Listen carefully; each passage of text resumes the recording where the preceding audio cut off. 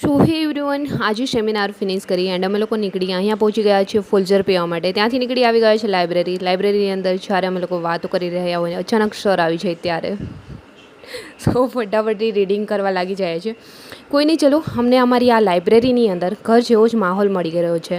કઈ રીતે ચાલો તમને બતાવું. અહીંયા પેપર સોલ્યુશન થઈ રહ્યું છે. વાગ્યા છે 8:30 એન્ડ આ તરફ તમે જોઈ શકો છો અમારી લાઇબ્રેરીની અંદર જ આજે અમારા માટે જમવાનું પહોંચી ગયું છે. કેમ કે અમારા લાઇબ્રેરીવાળા જે મેડમ છે એ જ અમારા માટે જાતે જમવાનું બનાવીને લાવ્યા છે.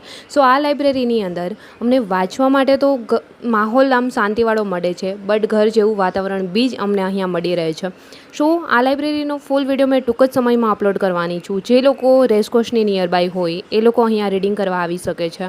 સો બહુ જ સુપર્બ છે આ લાઇબ્રેરી. શાંતિવાળું વાતાવરણ એન્ડ રીડિંગ બી અમે શાંતિથી કરી શકીએ છીએ, બટ ઘર જેવો માહોલ બી મળે છે.